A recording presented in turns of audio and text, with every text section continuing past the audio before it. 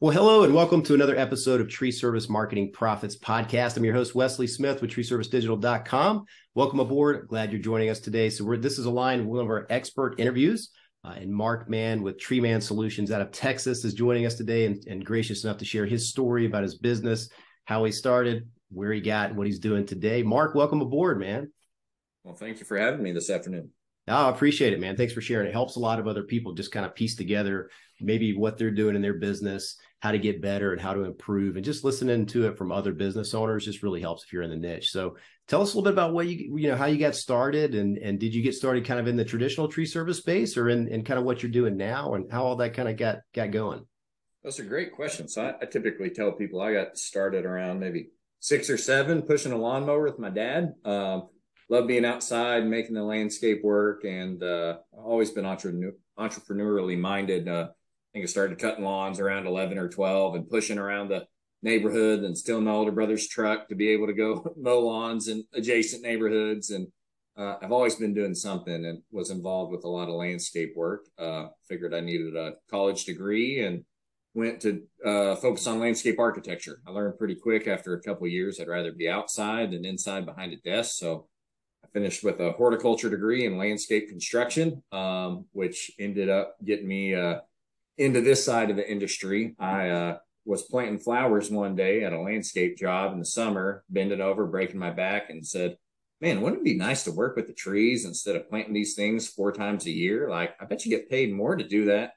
That seems like more fun. So I took an internship with Bartlett between my junior and senior year of college, and this was in San Marcos, Texas. It's hot, it's humid, it's hilly. And I realized, hey, if I can enjoy this job after dragging brush to the wood chipper, 8 to 10 hours a day, 5.5 days a week, then there might be something there. So that's kind of how I fell in love with the tree care side of the industry, that I got a horticulture degree. And I started my career with the Davey Tree Expert Company. Bartlett didn't have a Colorado office at the time. And I said, man, I want to get out of Texas if I'm going to do field work for a while before I have the opportunity to do sales and management. Let's go to Colorado. So I started up there in the summer of 2012, and I was a plant healthcare technician in Davey's Boulder, Colorado office, and dealt with a lot of mountain pine beetle in the Front Range of Colorado. So I would drive from the Denver metro in a truck out to Boulder and just spray the heck out of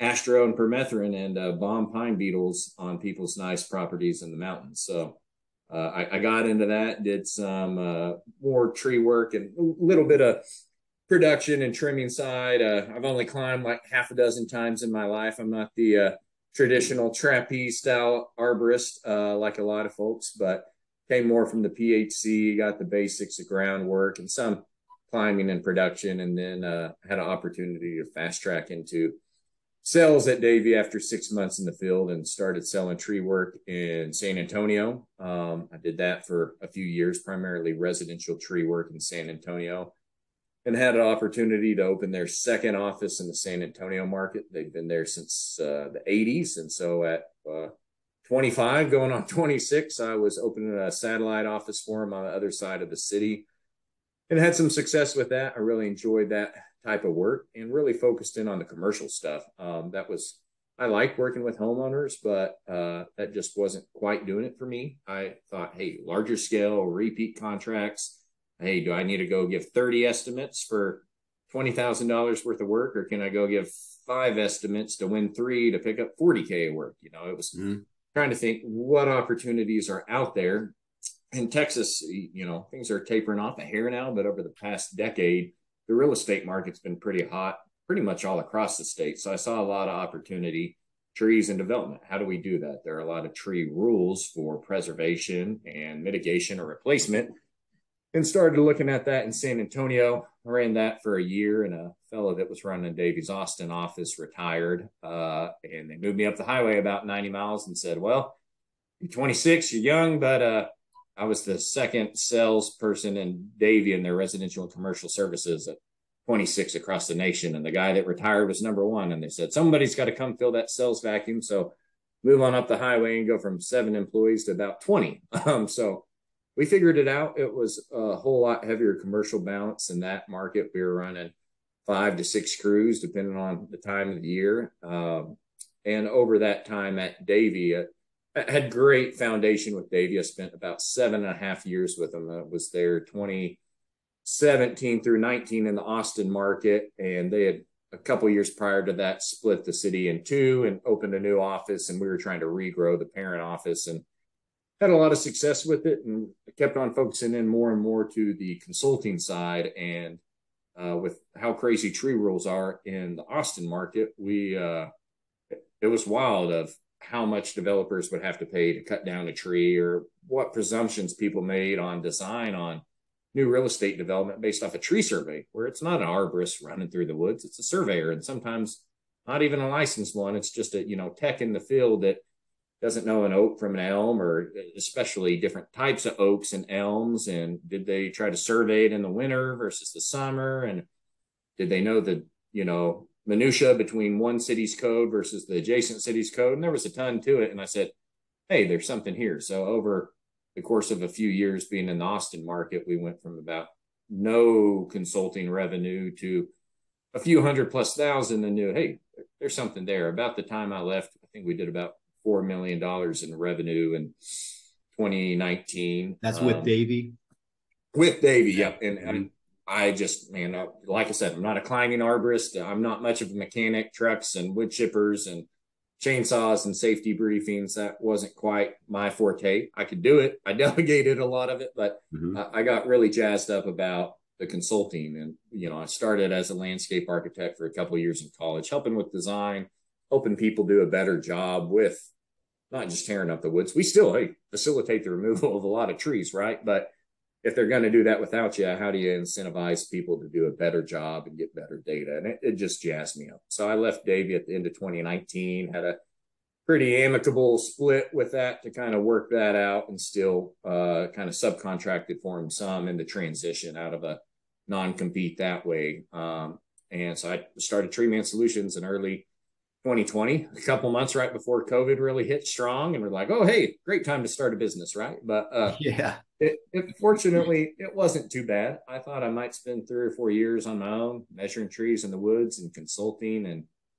it got busy quick. I had some good client loyalty in the market. We started doing a lot of consulting, and it was good. Austin didn't slow down too much. Sure, there were restrictions with COVID, but the real estate scene ramped up even more, and there was a greater and greater need through organic referrals and word of mouth. We started growing quite a large consulting scale.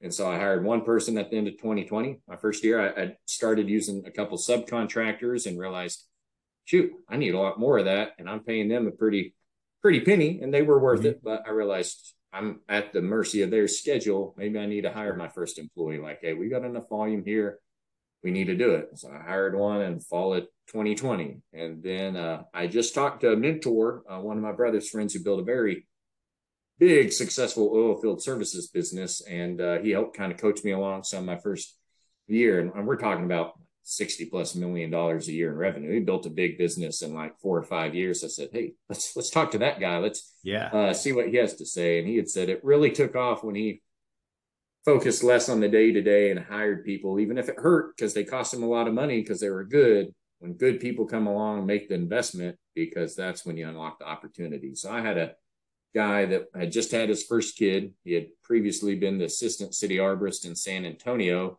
He had an MBA. He had his project management professional designation and was a certified arborist, just a unicorn on the resume. And I said, okay, I wasn't quite ready to hire number 2 yet. I just hired number 1, but you're out in the market. Let's make this happen. And to offer somebody just barely a year into business, almost 6-figure salary to get it going. It was a little nerve-wracking. A little bit of a stretch, but hey, let's make this investment. I'd spent about 5 years in San Antonio before, so I knew the market and knew he could get it going there, and he had good connections. So we were just a team of 3 of us to start 21, and added a few people through the year. One of my old sales guys at Davey had left because Davey's demanding. There's a lot of value in that organization, and I have good memories there, but depending on the market, they drive hard. I worked, 55 to 60 hours a week, and that was hard with 3 little kids at my house. And I was very intentional with my business that our governor, our break on growth was going to be quality of life. Like, I'll grow, but I'm not looking to grow and work myself into the dirt. Like, I left to focus on what I love and focus more time on family. So I hired one of my old sales guys who had left Davey because he didn't like that schedule, and he'd been at a landscape company and then was looking. He didn't take the first offer in fall of 20. So spring of 21, he said, man, I'm on board. So we had a good team around us of people we knew. My very first hire was one of my old interns at Davey. 5 years later, he was not a freshman in college, but a functioning adult, and There you go. he started coming on in. So we were able to leverage a network and relationships to find quality people, and started building a reputation for really delivering results for people. So and through that, I went almost 2 years before fall of 21. I hired an office manager. I was invoicing out of QuickBooks at night, and had like a 12-page Microsoft Word task sheet of like color coding. Okay, did I send a proposal? Have I invoiced them? It was a mess.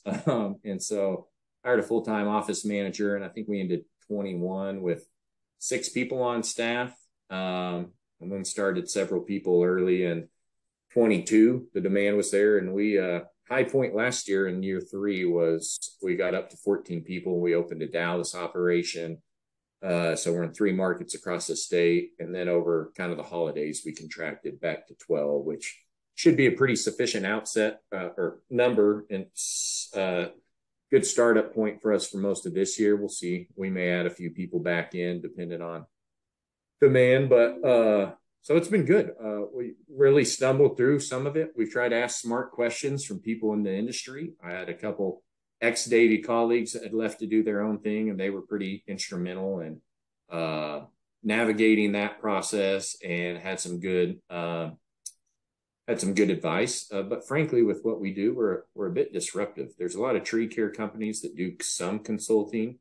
There are a fair amount of arborists that are kind of a 1 or 2 man consulting shop. There are not many just arborist consulting companies outside of the big Davey and Bartlett's or Trees that have a whole consulting divisions. And we don't do hardly anything with municipal work. And you have Planet Geo up in Colorado, so there's some good groups out there, but no one really focused on consulting for real estate development. So yeah, let me unpack that just for a second, just to be clear for the audience watching. And hey guys, if you're watching this and you're getting value out of what Mark's sharing, and it's been incredible sharing so far, like and subscribe to our channel if you're watching on YouTube or the podcast.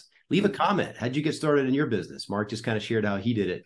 Now, as far as arborist consulting, that's basically you're working with developers and just getting permitting things done and doing all the stuff around what they need to do to develop a certain property or a project. Is that kind of how that works, or what all help with that? Good question. So we have kind of 3 main focuses: planning, permitting, preservation. Keep the 3 P's there to keep it simple for us arborists, right? But we had historically in Davey, I did a lot of preservation on construction site. We got the leads for permitting, trying to help people through issues with getting development permits with different municipalities. And over the course of doing that, I realized we really need to be involved in planning. Like, we're fixing other people's mistakes, and it's costly from time and dollars later on. How do we incentivize them to use us earlier? What do you need to do to provide tree surveys? What kind of GPS equipment do you need? How precise do you need to be? How do we incentivize developers and engineers to utilize us when they're starting a project versus when they've got a design and we're trying to help them get it approved and find out, oh, that's not a 40-inch, highly designated or protected tree. That's one I always remember, they thought it was a walnut tree, and it was an ailanthus, a tree of heaven, very invasive. And just some surveyor went into a thicket and said, oh, that looks like a big tree. I think it's a walnut. And, they designed a whole building around it, and it was very costly to figure out way later, oh, you can bulldoze that for no fee. It's not a desirable tree. And, so we've worked our way through that. So a large portion of what we do are tree surveys. We help, or we double check other folks' tree surveys. We check a survey company's tree survey to make sure they identified it right, that they measured it properly. And then we assess the health of the tree. And that makes a difference for recommendations, whether it should be preserved or not, and fees. If you remove a tree and have to replace new trees back, Well, if you remove a dead tree, should he place new trees back? No, or a tree that's dying. So that was the premise, that not every tree in the woods is healthy. So that's really where we focused. And we've, since the Davey time and the transition out on that non-compete over the last couple of years, separately from our consulting, we probably, I don't know, yeah, pretty much every one of the last few years, we've sold and managed over $1 million+ worth of tree care revenue, where we, acted as a kind of contract estimator and salesperson and would charge them a consulting fee. They would bill our clients for the tree care revenue, but we would bring the lead, estimate the work, manage their crews, and they would invoice the client. And so they didn't have to staff extra salespeople. They got extra jobs at a wholesale rate they were happy with. And we serviced our clients and didn't have to own the trucks and wood chippers or have those people on staff. We probably, on average, run, anywhere from 4 to 7 subcontractor folks a day, doing tree work on construction sites or at homes for our commercial clients, and try to offer that turnkey service without having the capital into that equipment, or having, like people have seen in slow season, not always having to have those guys staring at you like, hey, you got hours? You got hours? Yeah, sure.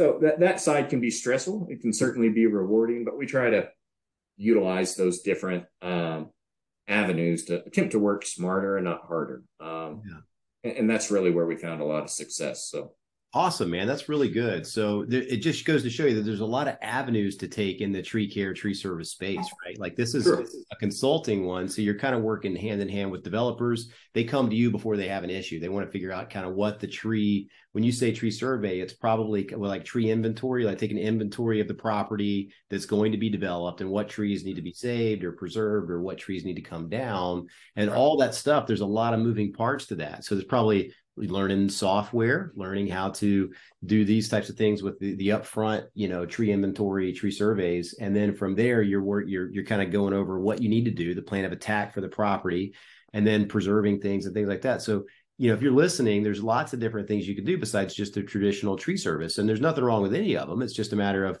hey, this is kind of a niche of a niche right here. And I'm sure it works really good and probably ramps up really fast in highly growing areas of the country, right? Like if there's a lot of development.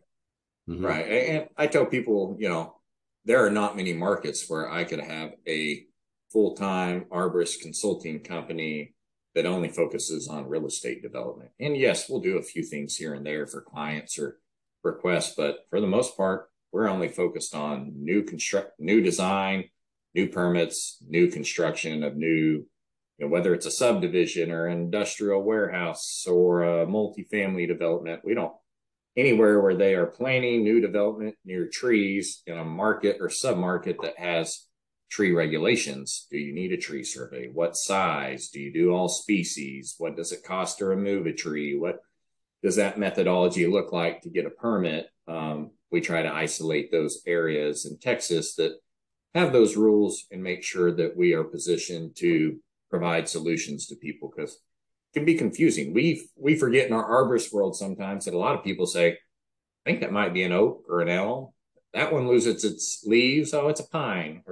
But could it be a spruce or a fir? Or, people are generally not that smart about trees. So we think people know some of what we know when they really don't. So if you're right there, you're correct. Yeah. If you can go into an area that has regulations, that has development, that has needs, there's very little competition sometimes is what we found, because engineers and surveyors, even landscape architects, they know more about plants than most design professionals, but they're still not certified arborists, and they don't like to go out into the woods and verify that stuff near like we do. Swinging a machete through poison ivy and briar in the middle of Texas heat in the summer is not the most fun, but it's not really any worse than being brushed through a wood chipper, right? Or even if you're not the ground guy, even if you're climbing a big tree and bombing out a tree in the middle of the summer and choking on sawdust and the sun's beating down and you've cut all the shade, like, still hard work. There's just different ways to do it. So there's value and room to charge well and make good money and grow with that kind of work. And it's something that a lot of arborist companies don't know, but that's the idea. It's good for exposure of whether you want to go whole hog and do a bunch of consulting, or maybe you just want to start putting your, feet in the water. Maybe you get tree risk assessment qualified. Maybe you market some additional tree risk assessments. Maybe that's looking at some tree valuation and getting in touch with appraisal offices or attorneys or realtors. Do people want a health check even before service if they're trying to buy a house? Are there serious diseases in your market that people need to know about before they do a real estate transaction? There are a lot of little lines of service you can pretty cost effectively for very little equipment or capital investment start offering. Just like when people go from traditional tree service to, add in a little PHC, then add in a little bit more. Yeah. Oh, hey, that's recurring. And those margins are pretty good. And yes, it's a bit more technical, but you don't have to pay that multiple $1,000 note on that piece of equipment. All the, there are things you can do to make pretty good revenue with good margins that don't have a huge barrier for entry other than some research. And, it's more brain power than capital power or equipment power. So Right. it just takes a little figuring. Yeah, and it's your same customer base too. A lot of people probably are being asked about certain things. Hey, do you offer this? Do you offer that? And eventually you're tired of losing those opportunities when you know that that's your customer and you can take care of them. So a lot of things that you said there, man, great stuff. So I think if anybody's watching and they're aspiring to start their own company, whether it be in the tree service space or anywhere, whoever's watching, that's one of the gems Mark shared there is like you can work for some of these really professional companies that are national corporations that probably have top-notch training services and everything else like Davey or Bartlett and things like that. And when you're working for those companies, you're going to see firsthand how the business is running, how it's operating, how they move into a market and grow it rapidly, things like that. And so those top-notch training services and programs they have will benefit you for the long term. So if you're in one of those companies and you're aspiring to have your own tree service business, it's never too late to start your company. You're actually learning every day things that you wouldn't learn on your own. So these companies sometimes have a value add just being a part of them and seeing how a well-oiled machine tree service company works in the first place. And then you can go, apply that to your own business later when you start one. So we have firsthand experience too with some of our clients in the Austin market. And we've had several. They come to us and they're, well, we service all of Austin and around the area, but what we want to do is we only want to target all the suburbs of Austin, not any parts of the city of Austin, because we don't want to deal with the permits and all the other stuff that we got to deal with over there. So when you said Austin, I was like, yeah, we've had a few clients there that basically want to avoid the city and just get all of the calls on the perimeter of the city outside of the actual city. It's gotten pretty difficult, I guess, with all that. And it can be a pain. There's a lot of red tape with it. And one thing I'd highlight too is, it's great to work for a big group. There's also some great local groups and great regional groups, and especially people that go through the TCIA accreditation. Just because they're got one shop and 2 trucks, 4 trucks, whatever, doesn't mean they're any less professional than a Davey or a Bartlett or a Davey Tree or whoever. That's a serious program to go through. We've got a great partner, colleague that we work with in the San Antonio market. It's a TCIA accredited company, Burkett Arbiter, and they're great. They run just as professionally as I ever experienced in my Davey days. So it doesn't mean you got to be at one of the big shops, but regardless of where you're at and what your aspirations are, asking questions, demonstrating you have interest and want to learn more than just their standard training booklet or just go there for a wage. That would help me accelerate my career of, hey, what is this leaf disease? What is this tree? How would you have done that differently? Hey, how are these production rates looking?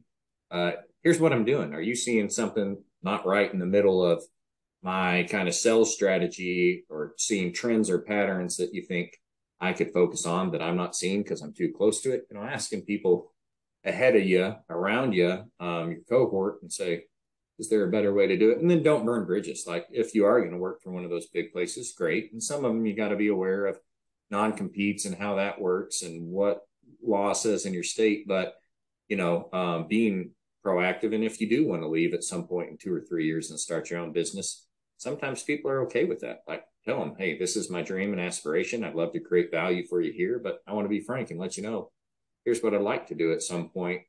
Can we work something out here? Help you now. And then potentially sometimes those people sub. Sometimes when those companies get busy and have a hard time hiring, then there are smart ways to do it. One of my main subcontractors in the market was one of my best foremen at Davey and left about the same time I did. And he makes almost 3 times as much as he did in his $25+ an hour wage and overtime just 3 or 4 years ago. So we've been able to grow together. So you lean on your relationships, you cultivate a network. You don't have to be, super energetic, outgoing, but just be nice, be respectful, have some manners, put yourself out there, and good things come from that. People want to work with people they like. So be likable and put yourself out there. It's pretty important. That's one of those soft skills that it's hard to teach everybody. And sometimes people can be great at producing a job, but may not have that skill set to do more off of that, because those soft skills are pretty darn important as well. Yeah, absolutely. And we've got a lot of tree companies we talk to, and they're kind of branching out into the PHC, tree healthcare, tree consulting things, and they just see the value in that, because again, kind of going back to what we were talking about before, you're going to get asked those questions. Do you provide this service? Can you help me with this particular tree? Because not everybody wants to just trim and remove and stuff like that. So there's so many different ways you can go in this industry, which is really a very good, promising thing for the future as well, because the whole planet's kind of going green. People are looking at saving trees and making sure the health of trees is prominent and everything else. And you think about all the development and the growth and the population growth that we've had in the United States. I mean, development typically tears down trees. So we're going to have to kind of have more of a conscious effort not to do all of that. But like, these developers can't just come in and bulldoze, 25 acres and build some properties there. They're going to have to go through a service like what Mark provides here with Tree Mann Solutions, or just kind of go through the consulting of what they can and can't do on the property. Because I imagine that can be super costly, right? If they go in there and do the wrong thing. Yeah, it can. And I mean, some of our clients on a lot of these developments have, fees in the range of, several hundred thousands of dollars for removal of tree. Not that they didn't do anything wrong. That's just the fee to remove it if they can't replace all the required inches. And some big shopping centers that we've had projects where they had $2, $3, $4 million tree mitigation fees just because they were coming onto big acreage, and they might remove 3,500 of 4,000 trees that are on the survey. But real estate development needs space. So we tell people we're tree lovers, not tree huggers. It's going to happen without us, but how can you take people that aren't as green conscious and provide a product in a way that they see the value in? We tell people we save time, money, and trees. We put trees last because a lot of our clients don't care. But if you save them time and money and help them make a better development, they'll listen to you about tree care and listen to your good ideas. If you say, hey, let's care for them at the front end of construction when accessibility is good. Why bulldoze trees and tub grind trees to haul mulch off site to truck mulch in later when it's landscape time? Why don't we stage that good single grind? Let's reduce the labor required. Why do we feed all the debris from trimming and early removals through a wood chipper when we could just toss it out to a tub grinder person? We could let somebody come grab that with a bulldozer and take it to a tub grinder. Heck, on a 3-man crew, that could be, 15 to 30% of your day rate cost is just somebody feeding brush through a chipper. How can you give them more bang for their buck, still make your margins, but offer a product that thinks about those cost and time constraints and logistics and sequencing with real estate development? So that's really where we've tried to stand out. That there's a lot of good competition with commercial tree care, residential tree care. We try to offer something a little different in the market, and we've been pretty successful. Sounds like you do, man. You're blazing your own trail. Looking forward to see where it goes. Yeah, absolutely. I mean, and going down that path a little further. This is something where, we've got clients, they set up new shops in different areas. They're in this city, but hey, we set up a crew in another city, and we're going full blast over here now. And so that's something the traditional tree service space has done quite a bit. And we've been a part of that a lot with some of our clients. And so this seems like a niche of a niche. So it seems like you can kind of get in and probably go into another market, especially if one's highly growth market, right? Growing, there's a lot of development going on and a need for this consulting. You could probably go plant yourself somehow with an arm of your business and launch another market. Is that something that kind of you see, coming down the pike with Tree Mann Solutions? We definitely have heavier eyes this year on really getting our Dallas operations up and running. We got one person up there kind of blazing a trail, and I'm in a position now where Austin runs itself more. I got a great team here and looking to do that. We're also looking at some Houston expansion, potentially this year and next, and we'll probably consolidate in Texas. But we've also looked at, should we look at licensing some of our custom tree inventory software we've developed? Do we do training for other tree companies in Sure. high growth markets like this? Hey, here's some consulting fees. Do you want to do this? Not necessarily trying to pursue that franchise pain in the neck, but is there a marketable service where it's worth an investment for a local tree company to have someone like us help them start that separate service line for a fee, and be able to get them plugged into a market and understand who to reach out to, what networks to leverage, what tech you need, what sort of software you need. But yeah, the margins can be pretty good in the consulting side, and the overhead and capital is much lower than a lot of the traditional tree care side, for sure. That's awesome, man. Yeah, I think just never stop learning. Always be curious. Your curiosity is going to take you a long way if you are curious about other parts of the business instead of just the traditional tree service things. And this is a big part of what's going on out there every day. Like if you're concentrating on just taking down trees and trimming and things like that, and maybe you're in plant healthcare too, this could have potentially add a large revenue stream to your business, working with developers and planners and people who are doing this, because they need consulting. They don't really know what they don't know out there, right? When they get a 100-acre tract of land and then they want to develop it out either with a subdivision or commercial property, whatever, they're going to have somebody help them, hold their hand along the way, because they don't want to mess up. They do mess up, it's going to be big money after the fact, when they could have just avoided that by paying somebody consulting, Exactly. And time's a commodity. Like, hey, that's what people pay y'all for, right? Hey, yeah. I don't know exactly how to do this, but I want more leads, and I know trees, but not this kind of marketing. Same thing. People don't want to get a bunch of different proposals sometimes, at least not on the commercial side. If they have somebody that's demonstrated they've saved them time and money, why do I take my time to go shop 4 different tree care bids for this commercial construction site? I know they got my back. Sure, sounds reasonable.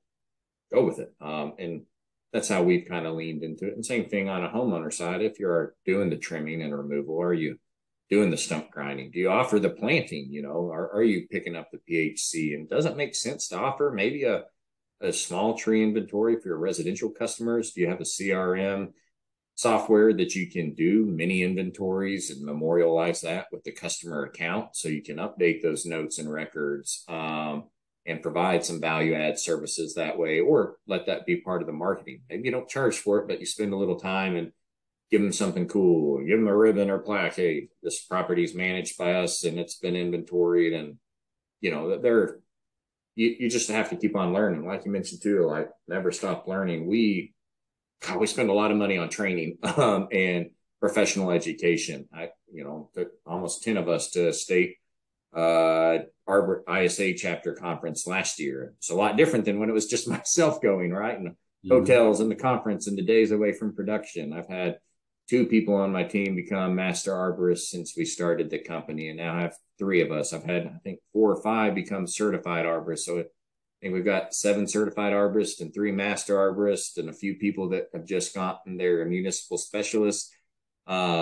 So all those things help set you apart from the competition. Do they cost money? Do you have to do the CEUs? Yes, but it depends on the market. Sometimes it may not be as necessary, but if it's a competitive market with a bunch of other credentialed people, well, you have a few extra letters behind your name. It can go a long way to that brand recognition and that perceived feeling of professionalism.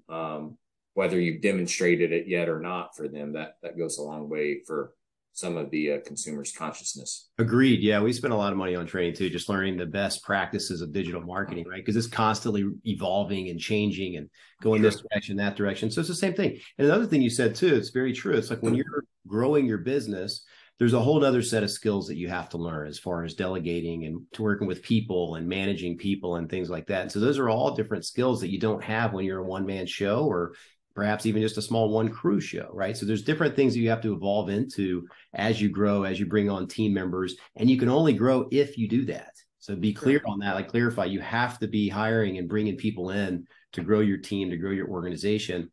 But that's really the most rewarding side of it, I think. And, the people that we have, our team is everything in our business. So sure, it's the same with you, right? I mean, it's.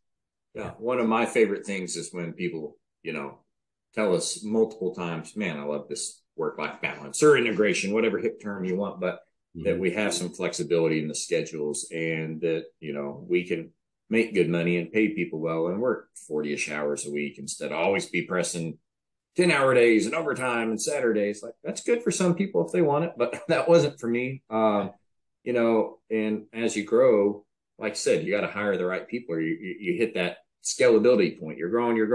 Oh, it's hard to get to that next level. You have to hire the right people, and you're not always going to make the killer margins you made maybe in the first, well, sometimes a couple of years hurt to start. Then you really get going. Then you're almost at a point where there's only so much the owner or the main salesperson can do. Okay, I've got to pay commission, so I'm making less money on each new sale, but it's facilitating more capacity than I had on my own. How do you isolate those opportunities, understand the demand, train people to incentivize them, and then you get to be excited about that rising tide floating all ships. It's awesome when you realize people on your team, some of them are making, significant amounts more than they did just a few years ago working other jobs or entry level with you, and they've demonstrated capacity and ambition, and it helps for everybody. I tell other people too, surround yourself with good consultants. I don't do my own books. I've got a contract controller team. I've got a great CPA that does the taxes. I use Cycle CPA as a good landscape and green industry kind of fractional virtual accounting team, and they can have a shout out because they're good and they're affordable and reasonable and they know the space.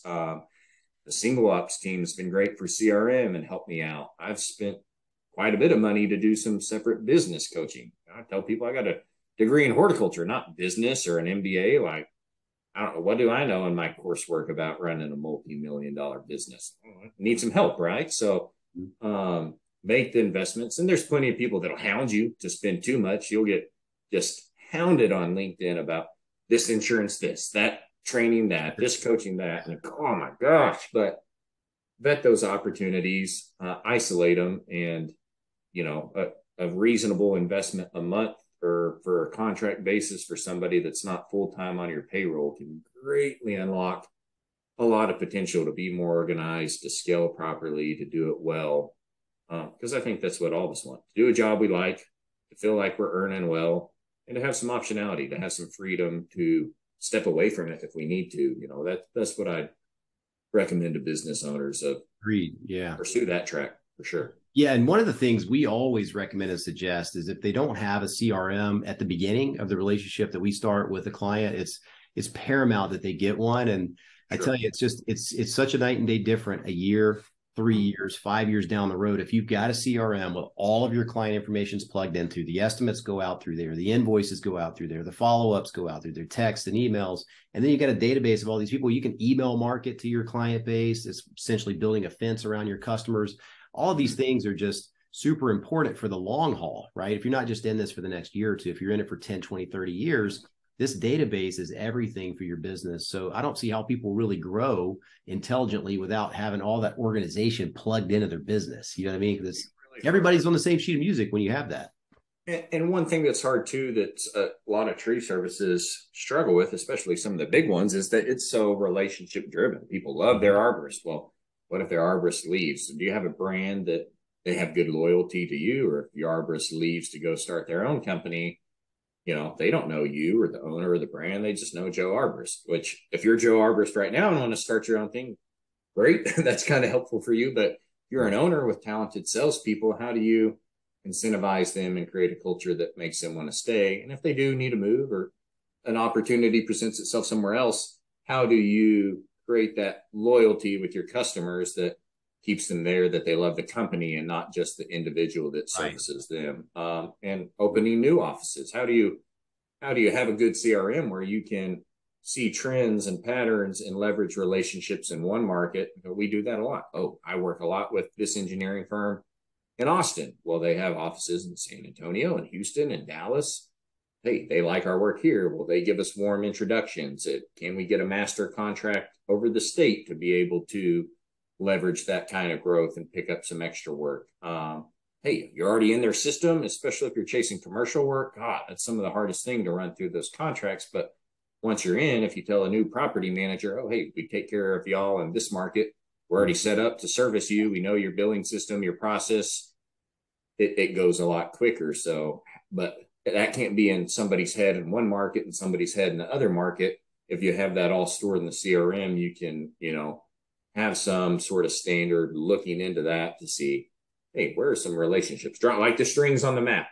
How can we connect these dots and leverage these opportunities? Let's grow quicker, better, more profitably, working smarter, not harder. Still takes hard work, but don't beat your head into the wall when there's opportunities. You just have to have the right data to see in the organization to see it.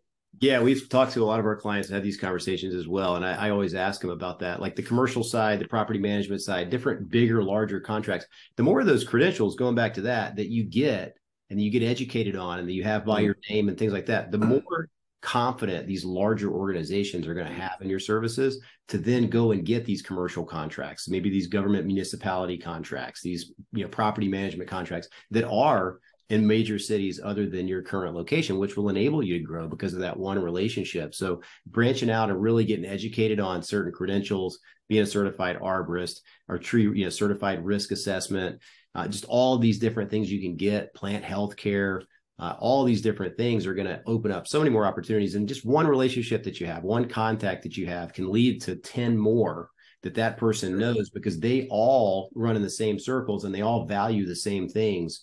So getting those credentials and then actually getting one of those jobs or one of those contracts could lead to, 10 or 15 more of those large ones that are recurring customers, right? Yeah, and that's kind of 2023. We're convenience creatures, right? If they've got a personal referral, they don't have to go get extra bids. They don't have to strike up the relationship. Hey, you're much more inclined to use that plumber that your neighbor brags about that said, man, they responded quick and did good work. And yeah, it's not inexpensive, but they're good. They're worth it. And I vote for them all day long. And you don't have to Google and look at 5 different plumbers and wait for someone to call you back and do that.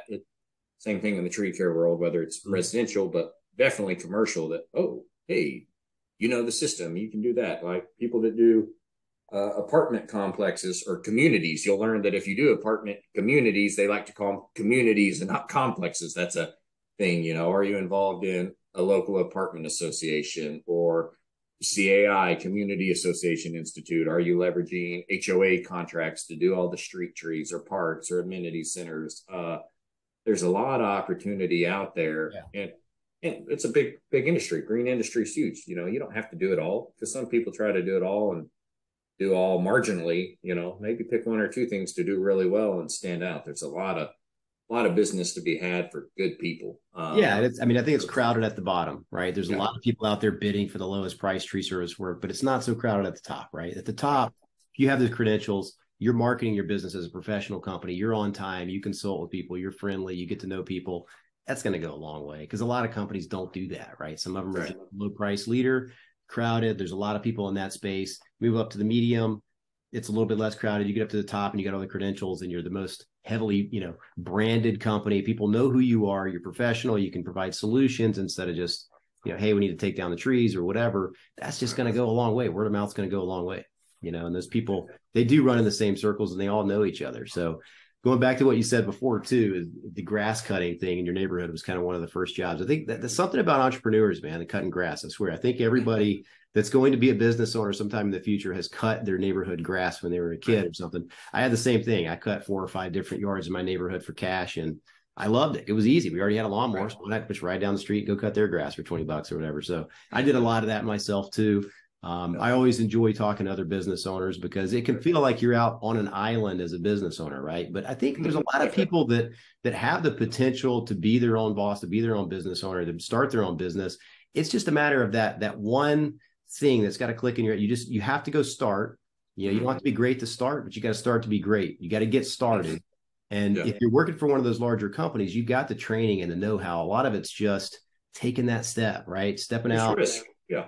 It's a little bit of risk, right? Big company, your career track. Yeah. And a lot of those companies, they compensate you very well if you do what you need to do, and you've got good benefits. I remember looking at my wife with 3 little kids, and she's a household CEO, stay-at-home mom. Like, okay, well, we don't have benefits elsewhere. We got 3 little kids. Like, let's really budget hard. We haven't had to as diligently, but okay, we're going to take this step in faith, and it's not everybody does as well with it as we've been blessed to do, but it's that mental just stress relief of, hey, I'm in control of my destiny. Yeah. I get to make those decisions. And I remember I was like, I just need to make half of what I made there to, at a bare minimum, pay the bills, and we'll struggle through it and do okay. And we made way more than half to start, and it's been pretty awesome since then. We've been very blessed, and takes faith, regardless of your personal beliefs. At least on my end,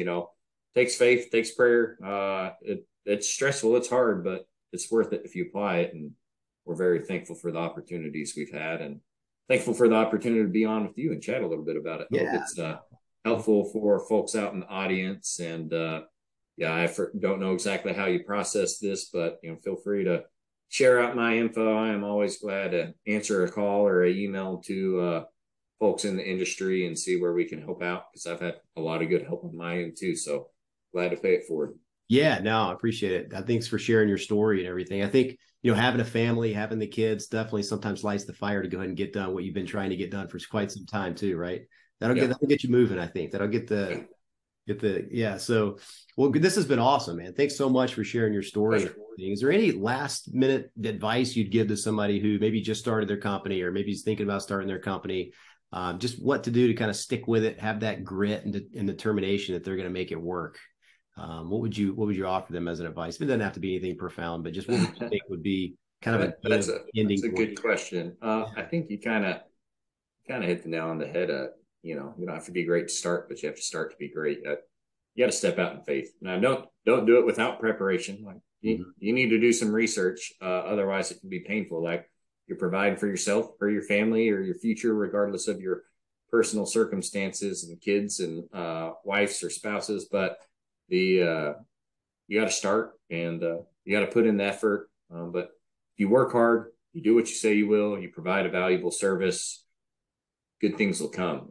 They may not come as fast as you want or as easy, but over time, don't suck, right?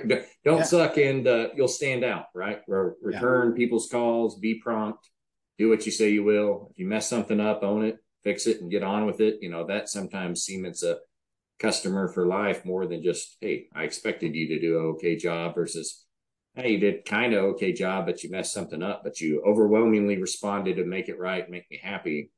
You'll get way more referrals from that sometimes than just, oh yeah, they did what they said they would do. So you got to start, work hard, and do good things, and it'll come. People see that and like to work with those kinds of people. Awesome. Well, there you have it, guys.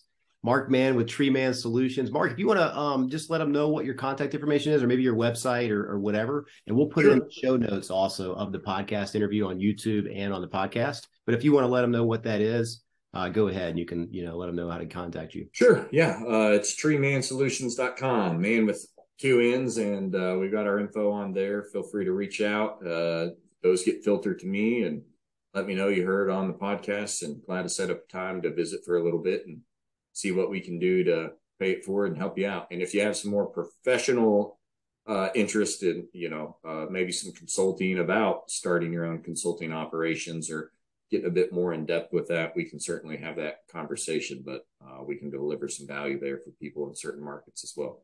This has been great. Thanks so much, Mark, for your time. I want to be respectful of your time. Thanks so much for everything. Thank you. My pleasure. Yeah, I think this is going to provide a lot of value. And guys, if you're still watching this, if you're on YouTube, if you're on the podcast, go ahead and like and subscribe to our channel. We've got plenty more of these expert interviews coming up, and another marketing webinar that I know you're not going to want to miss. So we'll see you on the next episode. This is Wesley Smith with Tree Service Digital. Have a great rest of your day. Thank you. Appreciate it.